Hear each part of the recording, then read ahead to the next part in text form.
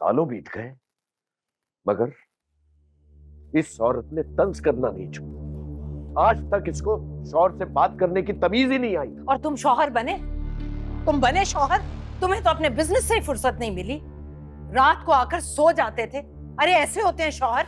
क्या करता है इस जहन्नुम में आके? सच कहते हैं बड़े लोग, ये औरत घर को जन्नत भी बना सकती है और जहन्नुम भी बना सकती है।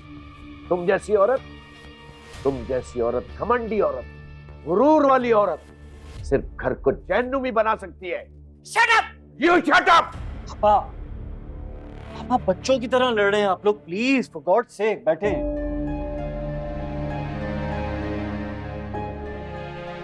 अपनी माँ को समझाओ कि शौहर से किस तरह बात करते, किस तरह उसकी इज्जत की जाती है। मामा प्लीज, आप भी बस जाने देना इन बातों को। तुम मुझे कह रहे हो?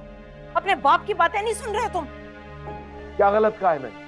सारी दुनिया ये कहती है कि एक औरत ही घर को जन्नत या जहन्नुम बना सकती है, और ये घमंडी औरत, ये इसको तो खन्नास है इसके सर में। इसीलिए तो मैं घर से बाहर रहता हूँ, अपने बच्चों से दूर, सुकून के लिए। पापा मामा प्लीज आप लोग इन बातों को खत्म कर दें। इस लड़ाई को खत्म कर दें। ये वक्त नहीं है इन बातों का। मैं नहीं जानता कि ये वक्त है या नहीं है। इसे समझाओ अपनी माँ को। अगर इसे किसी का ख्याल नहीं है तो मुझे भी किसी का ख्याल नहीं है। बाबा, पहले आप प्रॉमिस करें, आज के बाद आप ये तलाक वाली बात नहीं करेंगे।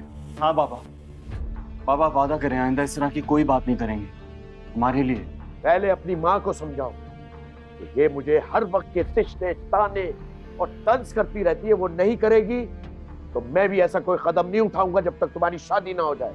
ये मिडिल क्लास लो मेंटालिटी का इंसान है। मेरी जिंदगी की सबसे बड़ी गलती थी इससे शादी करना। मैंने अपने बाप को मजबूर किया, उसको राजी किया। अपने घर वालों की नाराजगी के बावजूद मैंने इससे शादी की। मेरे बाप ने पैसा दिया, इसने बिजनेस खड़ा किया। एक एक पैसा मेरे बाप ने दिया। मैंने अपनी मेहनत से बिजनेस को यहाँ तक पहुंचाया और तुम्हारे बाप का दिया हुआ एक एक पैसा वापस लौटा दिया। पैसा तो मेरे बाप का ही था ना। क्या करते अगर पैसा ना होता तुम्हारे पास? प्लीज, पापा ने एमबीए मार्केटिंग किया था। उन्होंने ये सब कुछ अपनी मेहनत से खड़ा किया और नाना से जो पैसे लिए थे उन्होंने वापस कर दिए। ये लाइफस्टाइल, ये सब चीजें हम बाबा की वजह से एंजॉय करते हैं ना। खामोश रहो तुम।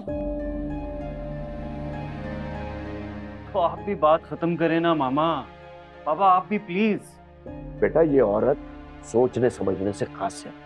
ठीक है, तुम्हारी शादी तक मैं कोई ऐसा फैसला नहीं करूंगा, लेकिन अगर इसने मुझसे पंगा लिया फैसला कर दूंगा। तुम फैसला करोगे? अरे तुम्हारी इतनी औकात है? मामा अरे छोड़ दो मुझे, मेरा मामला है ना, मुझ पर छोड़ो। जाओ तुम लोग यहाँ से। देख लिया तुमने? हाँ। ये नहीं बदल सकती। पापा आपको मेरी कसम है, प्लीज प्लीज आइए चले। जाओ यहाँ से। मॉम, आप मेरी बात सुन। मैं तुमसे कहा ना, जाओ। अरे जाओ यहाँ से, मैं देख लूंगी सबको। इसकी इतनी औकात, मुझे धमकी दे छोड़ने की।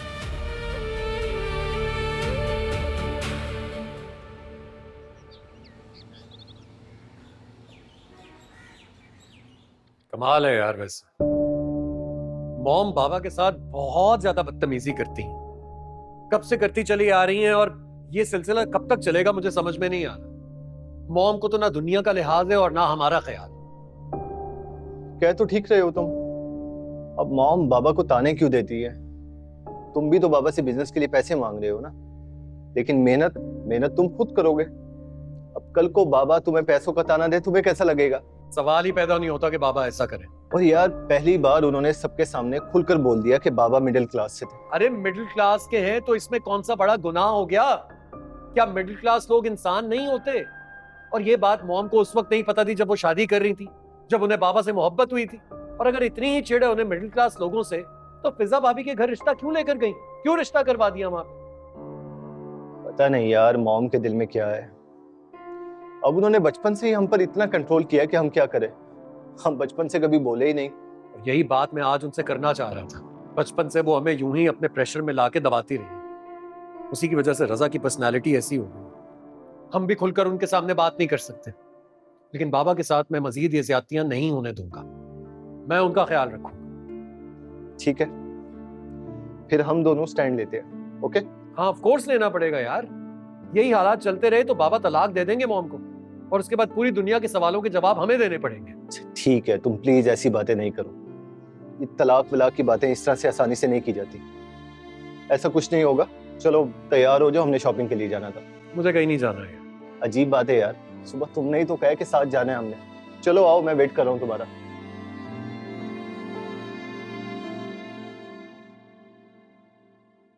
अच्छा किया तुमने उनको अकेले भेज दिया। अपनी पसंद की शॉपिंग कर लेंगे ना। हाँ, मैंने सोचा मैं उनके साथ जाके क्या करूंगी। वैसे सुरैया, जब से मैं फिजा के ससुराल से होके आया हूँ ना, मुझे बड़ा इत्मीनान हो गया है। नुमान से मिलकर मुझे अच्छा लगा। खुश तो मैं भी हूँ, एक अच्छी जगह रिश्ता हो रहा है, लेकिन एक डर सा लगा हुआ है। डर? कैसा डर?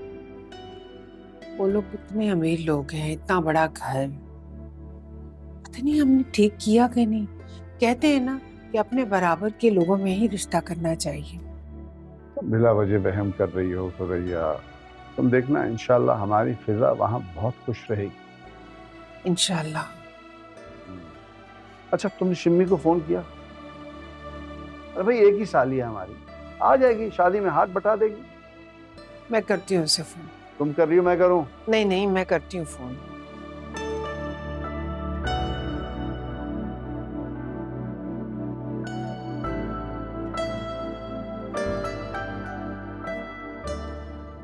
हेलो शिम्मी, कैसी हो तुम? हाँ मैं जानती हूँ, दिन तो गुजर जाते हैं। बस मुझे ये बताओ तुम कब आ रही हो? भाई शादी की शॉपिंग करनी है, सब तैयारियां होनी है, जल्दी से आ जाओ, मुझे तुम्हारा इंतजार है। चलो ठीक है, मैं तुम्हारा इंतजार करूँ। खुदा हाफिज।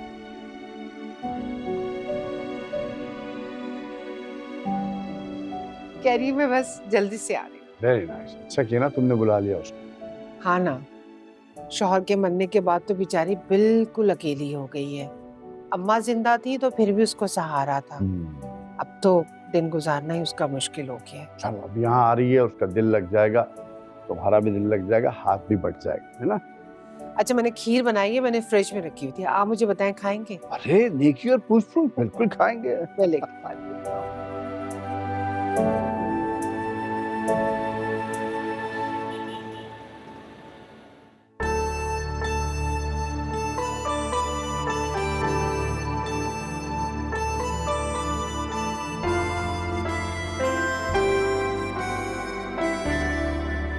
अरे अली और उसामा,